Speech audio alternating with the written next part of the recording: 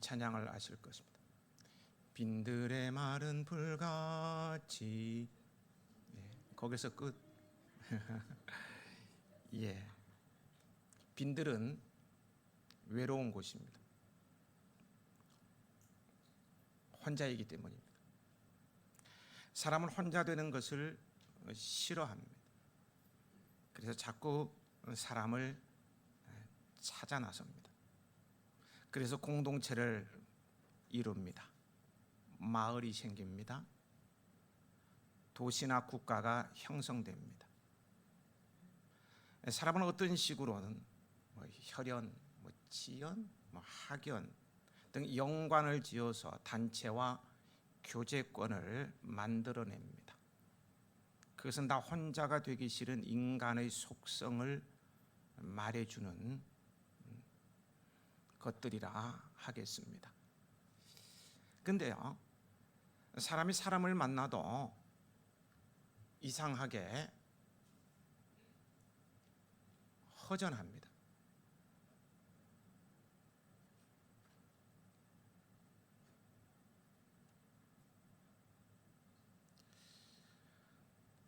그럴 때 어떻게 해야 합니까? 그 허전함, 사람을 만나는데도 허전함이 있어요. 허전함을 어떻게 해결하느냐는 거예요. 많은 사람들과 부대끼며 살아도 어느 날 빈들을 사는 것과 같은 느낌을 받을 때가 있을 것입니다. 그때는 기억하십시오.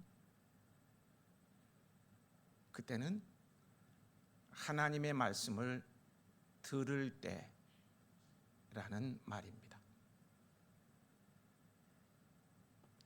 본문에서는요, 예수님께서 오시는 길을 준비하는 선구자인 세례 요한의 사역에 대해서 소개되고 있습니다. 그에 앞서서요, 1장 80절에 보면 요한에 대해서요, 아이가 자라며 심령이 강하여지며 이스라엘에게 나타나는 날까지 빈들에 있으니라고 했습니다. 빈들에 있었다는 말씀은 어려서부터 빈들에서만 생활하고 성장했다는 그런 뜻으로 이해하면 곤란합니다. 어린아이는 부모 밑에서 자라나야 전인격적으로 반듯하게 성장할 수가 있습니다. 저는 우리 교회 아이들이 이제 엄마 품에 앉아서 예배드리고 손잡고 교회 오는 모습을 보면은 저절로 축복이 됩니다. 저렇게 성장을 해야 된다는 것이죠.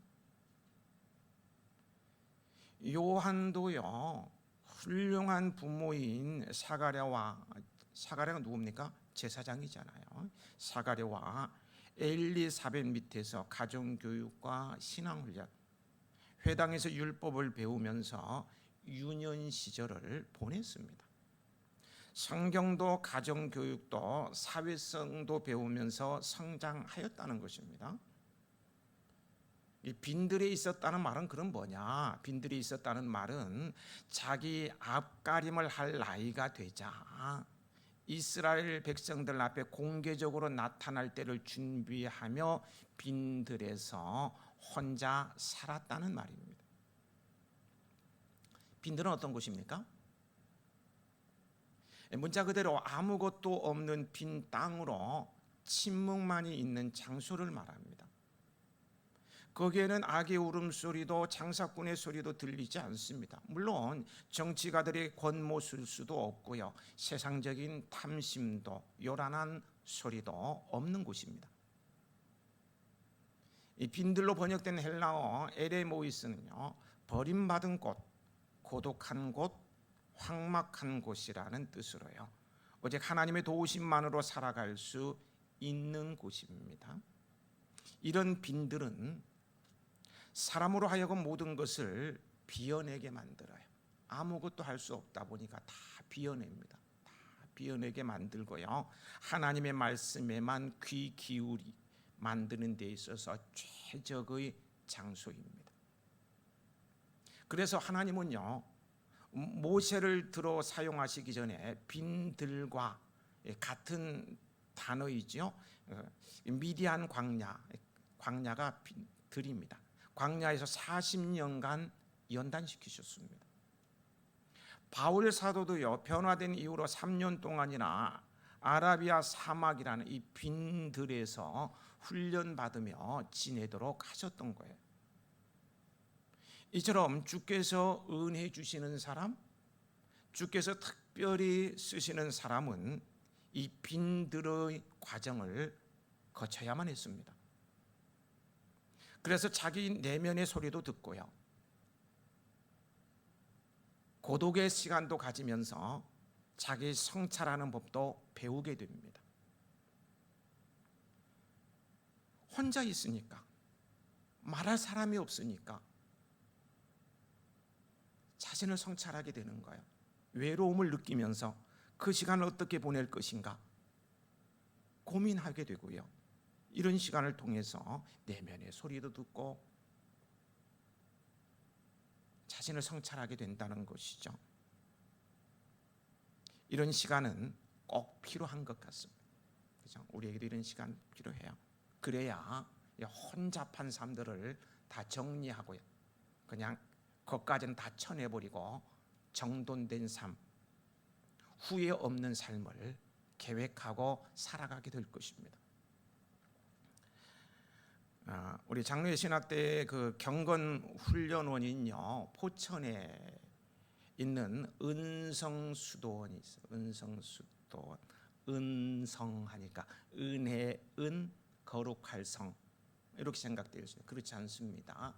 은은 은의 은이 아니고요, 숨을 은입니다. 숨을 은, 거룩할 성, 숨어 있는 거룩함을 발견하는 곳이다 라는 의미의 수도원입니다. 이 은성수도원은요, 침묵 수행으로 자기를 죽이는 곳이에요. 입소하면 나오는 날까지 말 한마디 못합니다. 그러면서 자신을 발견하고 자신을 성찰하고 자신의 자아를 죽여가 그런 곳입니다. 기회 있으면 한번 다녀오시면 좋을 것입니다. 좋을 것 같아요. 일반 기도원과는 전혀 다릅니다. 시설도 아주 노후됐다 그럴까요?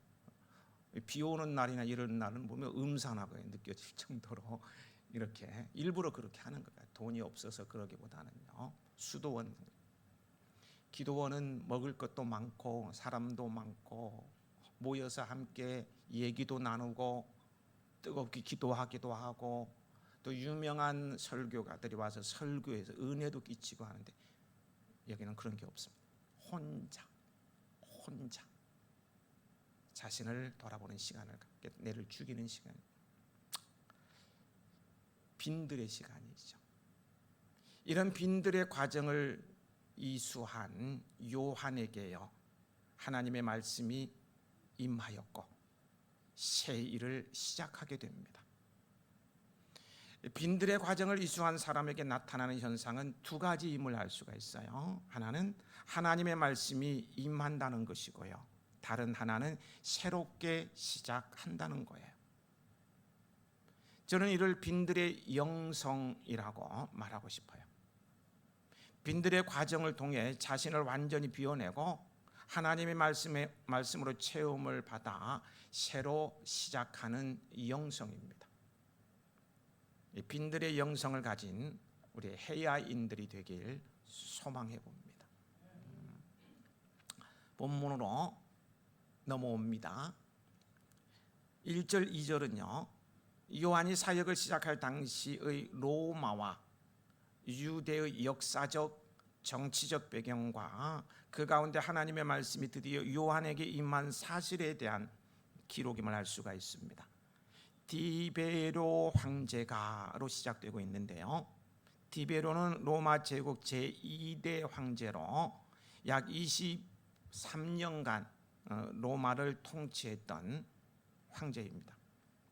이어지는 본디오 빌라도는 로마의 유대 지방 파견 제6대 총독으로요 10년 동안 AD 주후 26년에서 36년 10년 동안 재임한 인물입니다. 불행하게도 그는 10년 통치 기간에 예수님의 재판을 주도하여서 십자가형을 선고한 인물이죠. 사도신경에도 나오게 해서요. 우리는 날마다 고백을 할 때 빌라도를 거론하곤 합니다. 그 사람. 이어서 분봉왕이라는 단어가 나오고 있죠. 분봉왕은 왕의 권한과 지위에 미치지 못하는 통치자로요. 본래의 영토의 4분의 1만을 다스리는 지역 왕을 가리킵니다. 요즘 말로 하면 뭐 도지사 이렇게 얘기해야 될까요? 하여튼 본문에 나오는 헤롯, 안디바를 그리고 빌립, 루사니아, 그리고 본문에 나오지 않는 아켈라오가 헤롯 대왕의 아들들로서의 분봉 왕들인 것입니다. 당시 대제사장은 가야바이지만요, 여기 보면 안나스도 함께 거론되는 것은 이 AD 6년, 주 6년에서 15년까지 제사장으로 있었던 안나스가 그의 뒤를 이어서요, 아들들은 물론 사위인 거기 나오는 가야바까지 예루살렘의 대제사장으로 만든, 얼마나 정치력이 뛰어나는지 아들도 사위도 전부 대제사장으로 만든 거예요. 그래서 그의 영향력이 여전히 강했고 영향력을 행사하고 있었기 때문에 그 이름도 같이 올렸던 것입니다. 종교마저도 얼마나 부패했는가를 보여주고 있는 겁니다. 다른 거 다 고사하고 종교까지도 부패했다는 거예요. 이러한 상황 속에서요, 백성들이 신음하고 있을 때 하나님께서는 400년간의 긴 암묵시대의 침묵을 깨시고 드디어 말씀하시기를 시작하십니다. 그런데 그 말씀이 어디에 임하였습니까? 400년 만에 말씀이 임하는 정말로 역사적인 어떤 분기점이 될 수 있는데 그 말씀이 어디에 임했느냐는 거예요. 그 말씀이 로마 황제에게 임한 것도 아니고요, 예루살렘 성전에 있는 대제사장들에게 임한 것도 아닙니다. 바로 빈들에 있는 요한에게 임하였어요. 거기 2절에 나오는 빈들이라는 말은 4절에 나오는 광야라는 말과 같은 단어 예레마이스 이런 의미입니다. 여러분, 요한이 어떤 사람입니까? 마태복음 3장에 보면요, 요한은 빈들에서 약대 털옷을 입고 허리에 가죽띠를 띠고 메뚜기와 석청, 즉 돌에서 나는 생꿀을 먹으면서 살았던 사람이었습니다. 궁궐이나 성전을 기반으로 한 실력자들과 달리 오직 하나님의 뜻만 구했던 빈들의 영성을 가진 사람이 세례 요한이었습니다. 요한은 제사장의 아들이기에 예루살렘 성전 주변에 있어야 하는 사람이고요, 그래서 얼마든지 실력 행사도 할 수 있는 그런 여건을 갖추고 있었습니다. 그러나 그는 빈들로 나와왔어요. 낙타 털옷을 입고 메뚜기와 석정을 먹으면서 살았습니다. 이런 빈들의 영성을 가진 요한에게 하나님의 말씀이 임한 것입니다. 하나님의 말씀이 누구에게 임했다고 했습니까? 하나님의 말씀이 그 당시 예루살렘에서 최고의 권력과 북의 영화를 누렸던 사람들에게 임한 것이 아니라 당시에 제사장들 최고의 학문을 자랑하는 랍비들에게 임한 것이 아니라 빈들에서 초라하기 짝이 없는 생활을 했던 야인 중에 야인, 들풀 중에 이름 모를 들풀과 같은 세례 요한 위에 임하였습니다. 여기에 우리 기독교 신앙의 비밀이 있는 거예요.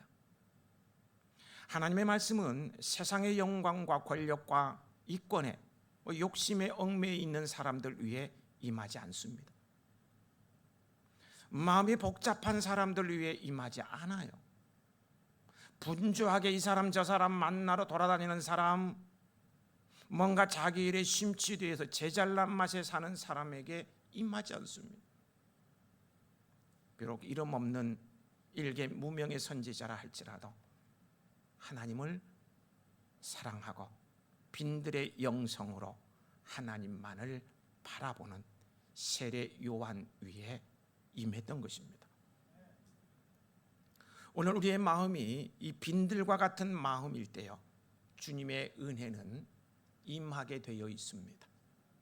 내가 거절한다 할지라도 그 불가항력적인 은혜를 어찌할 수 쏟아지게 되어 있습니다. 주님의 은혜가 임하면은요, 세상 그 무엇으로도 채울 수 없었던 허전한 마음, 사람들을 부딪히면서 해소하려고 했는데 해소되지 않고 허전한 마음이 그리스도의 사랑과 기쁨과 평과 소망으로 가득 채워지게 될 것입니다. 그래서 나 혼자 있어도 외롭지 않아요. 이제는 소망이 있어요. 평화를 노래하게 돼요. 기뻐하며 살게 돼요. 이런 은혜가 있기를 축복합니다. 빈들과 같은 마음은 속에 모든 것이 비어있는 가난한 마음입니다. 예수님께서는 심령이 가난한 자는 복이 있나니 천국이 그들의 것이며 라고 가르치기도 하셨어요. 모든 것을 비워내는 빈들의 과정을 거친 요한은 세상에 대한 탐심도 정욕도 끊어버리고요, 앞에서도 말씀을 드렸습니다만 그는 대제사장의 아들입니다.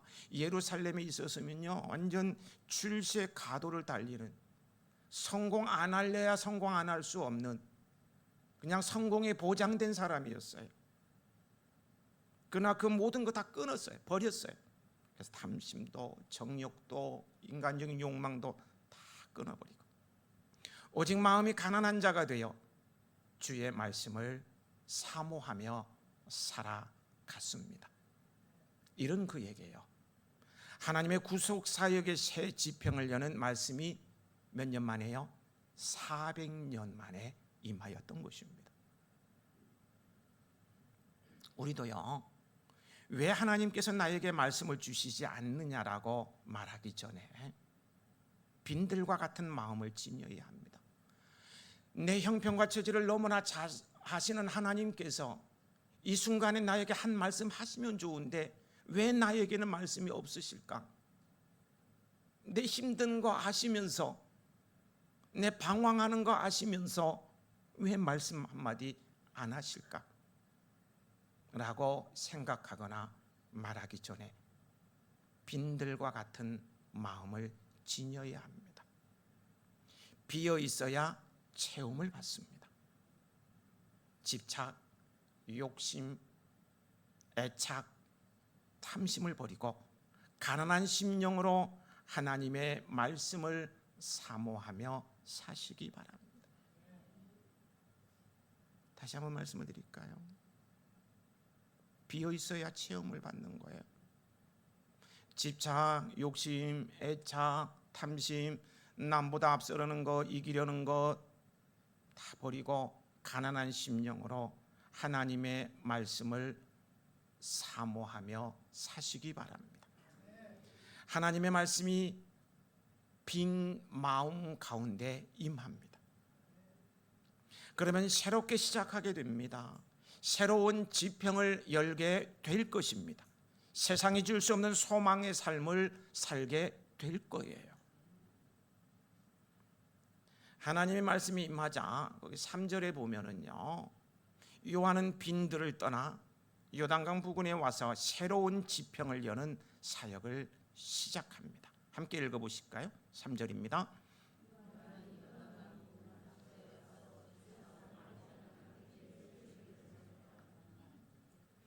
그의 첫 번째 사역은 죄 사함 받게 하는 회개의 세례를 전파하는 것이었습니다. 회개하지 않냐면 주님을 모셔드릴 수도 없고 천국 갈 수도 없지요, 당연히. 거기 21절 이후에 보면요, 예수님도 세례 요한에게 세례를 받으셨어요. 세례란 말 그대로 물로 정결하게 하는 정결례였습니다. 근데 여기에서요, 중요한 것이 그냥 세례가 아니라 죄 사함을 받게 하는 회개의 세례라는 것입니다. 요한은 단지 물속에 집어넣었다가 꺼내는, 물로 씻겨주는 그런 세례만 준 것이 아닙니다.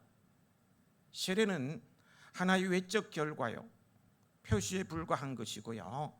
그 세례의 필수적인 전제 조건이 하나 있는데요, 세례 요한이 베푸는 필수적인 전제 조건, 세례의 전제 조건이 하나 있는데요, 그것이 뭐예요? 회개였습니다. 회개였다는 거예요. 요한에게 나오는 사람마다 그냥 물속에 집어넣고 정결시키는 정결 예식 세례를 베푼 게 아니었어요. 회개하는 자에게만. 회개가 무엇입니까? 회개를 뜻하는 헬라어적 의미를 보면은요, 마음을 바꾼다라는 뜻과 함께 방향을 바꾼다는 뜻도 가지고 있습니다. 마음을 바꾸어서 의도적으로 어떤 행위를 그만두고 정반대의 방향을 선택한다는 뜻이에요. 예를 들면요, 죄악된 일을 하다가 불법 도박이라든가 고리대금업을 하든가 성적으로 문란한 생활을 하든가 불의의 이득을 취하든가 인신매매를 하든가 이런 일을 하다가 그것이 잘못된 것을 깨닫고 마음을 바꾸어서 그 죄악된 삶으로부터 완전히 떨어져 나오는 것이 회개란 것입니다. 이와 같은 회개는 반드시 죄 사함, 즉 죄의 용서를 불러오게 됩니다. 그래서요, 이런 회개의 세례를 받으면요, 죄 사함의 은총이 너무 크고요, 그 은혜를 알기 때문에 마음속 깊은 데서 우러나오는 두 가지 현상이 있습니다. 하나는요, 자유로움이에요. 모든 죄악, 속박, 번민으로부터 자유하게 됩니다. 완전 자유를 누리게 됩니다. 또 하나는 평화입니다. 평화를 누리는 평화의 사람이 된다는 거예요. 회개의 진정한 은복을 누리는 저와 여러분이 되시길 축복합니다. 세례 요한의 두 번째 사역은요, 주의 길을 준비하는 것입니다. 물론 세례를 베푸는 것도 주의 길을 준비하는 것입니다만은 4절부터 6절입니다. 함께 읽어보실까요? 4절부터 6절. 선지자 이사야.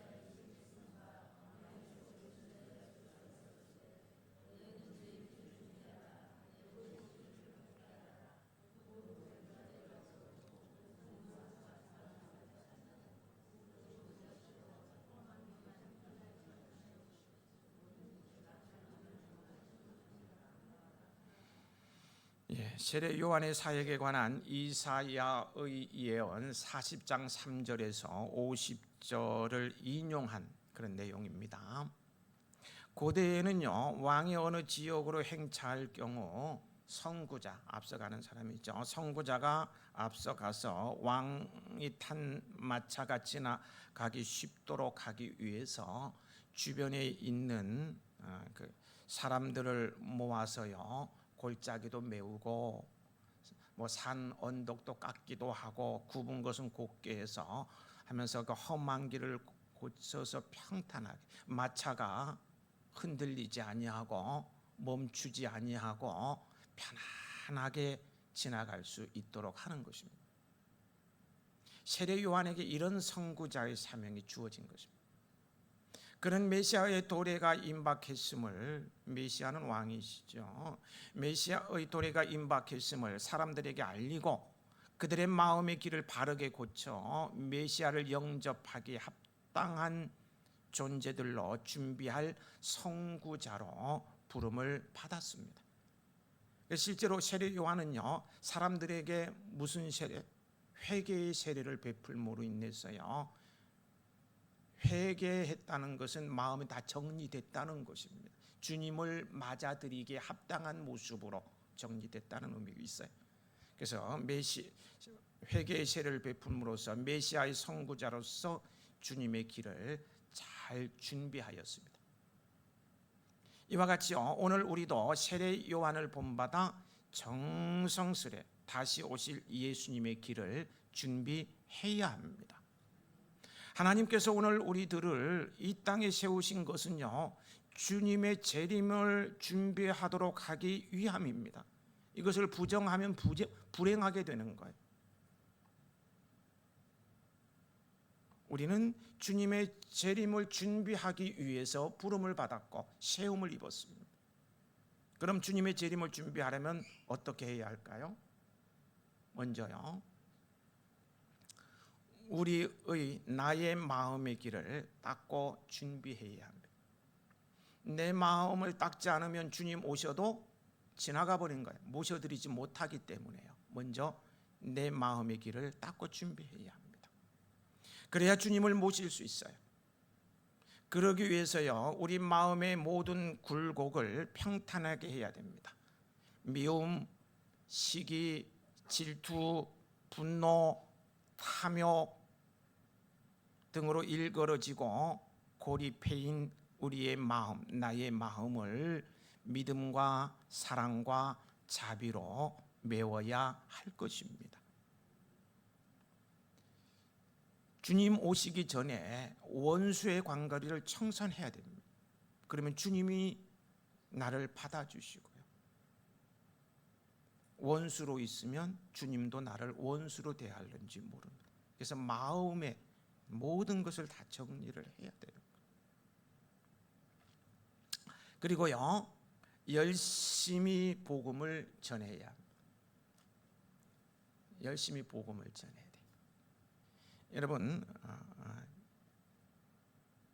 우리 예수님께서 이제 다시 오시는데요, 주님 재림의 확실한 징조가 무엇인지 아십니까? 요즘 세상 사람들도 말세야 이렇게 얘기하는데요, 이 말세, 마지막 주님 오심, 말세는 주님이 오는 것, 끝나는 것이죠. 끝이 말하는데요, 주님의 재림의 확실한 징조, 그게 무엇인지 아시는가요?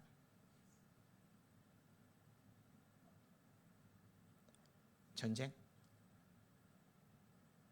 기근, 천재지변, 이런 것인가요? 요즘 하여튼 가짜 예수들이 많이 나와요. 적그리스도의 출현인가요?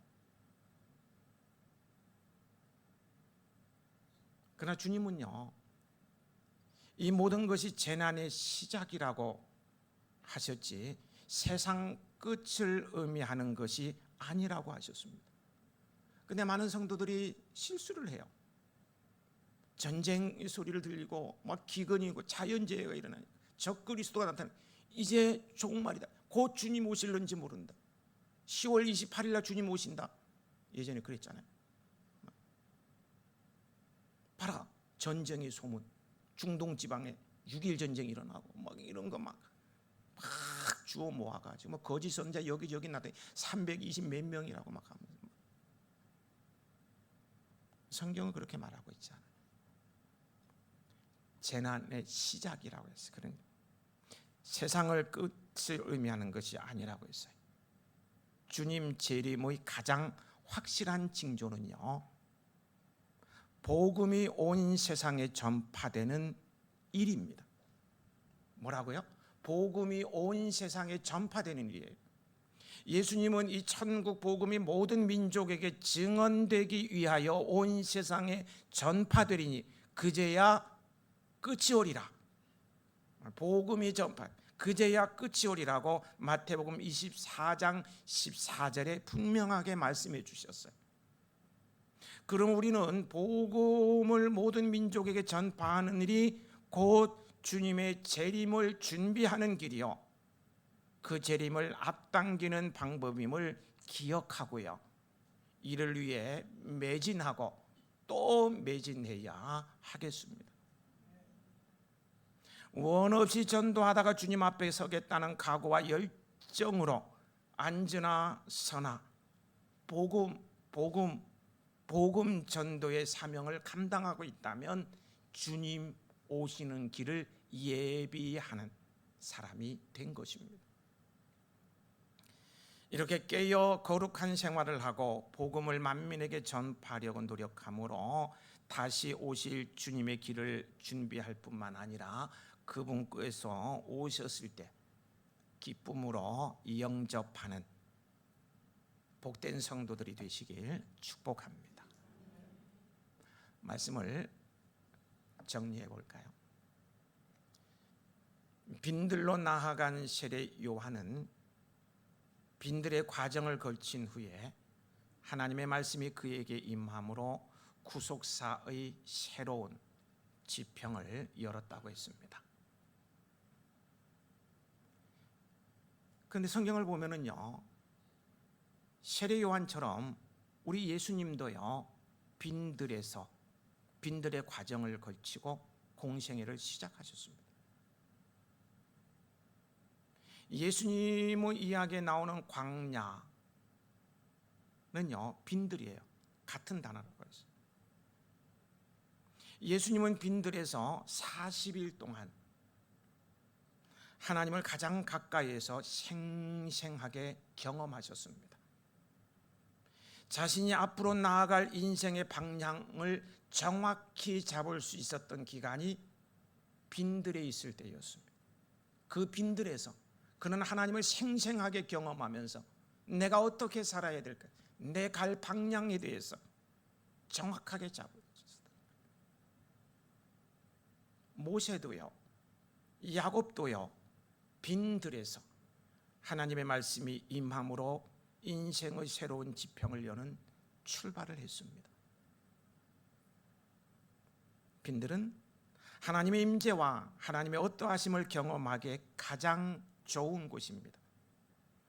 하나님의 말씀이 임하기에 가장 좋은 곳입니다. 여러분의 삶에 빈들로 만드는 빈들의 영성이 있기를 바랍니다. 그러기 위해서 빈들로 나가야 합니다. 빈들로 나가시기 바랍니다. 아멘이 점점 줄어드네요. 빈들하니까 빈들하니까 빈들 말이 좀 이상하다.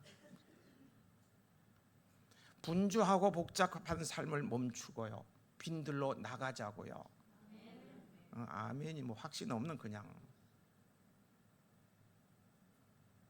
아이고 너무 정리할 게 많아서 지금은 아니고 다음에 빈들로 못 가겠어요. 제가 빈들로 나가자고 했는데 그렇다고 해서요 모든 것을 정리하고 빈들로 나가라는 말이 아닙니다. 여러분의 마음은 지금 어디에 있는지, 무엇으로 채워져 있는지를 한번 살펴보시기 바랍니다. 집에 가서 연구하지 말고요, 지금 내 마음은 무엇으로 채워져 있는지, 지금 내 마음은 어디에 가 있는지 살펴보시기 바랍니다. 마음이 가난한 자가 빈들에 있는 자입니다. 내 속에 있는 모든 것을 비워내는 빈들의 시간을 가진다면 빈들은 새로운 지평을 여는 시작점이 될 것입니다. 마음이 가난한 자가 되시기 바랍니다. 내 속에 있는 것을 비워내시기 바랍니다. 주님의 은혜가 임하는 통로가 될 것입니다. 빈들의 영성으로 하나님의 말씀을 듣고 그래서 인생의 새로운 지평을 여는 우리 해야인들이 되시기 소망합니다. 소망합니다. 갈릴리 해변가 빈들에는 수많은 군중들이 모여 있었습니다.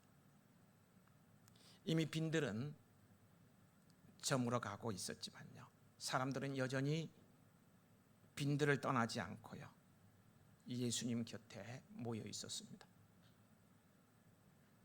그래서 제자들은 이제 그만 사람들이 먹을 것을 사 먹도록 이 빈들에서 내보내자, 마을로 돌려 보내는 것이 어떻겠냐고 주님께 여쭈었습니다.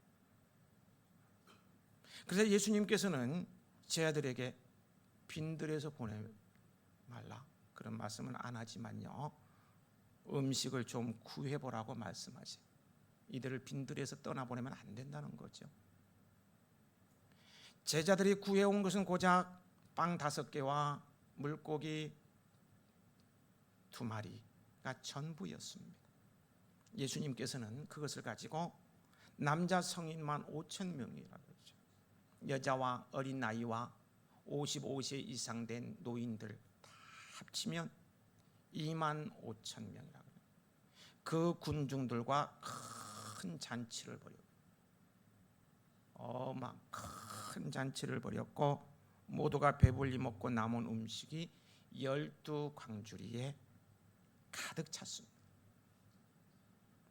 오늘 빈들 가운데 있는 성전을 찾아 그 마음이 빈들이 되어서 하나님의 말씀을 듣는 여러분에게 이런 은복이 있기를 축복합니다. 아버지 하나님,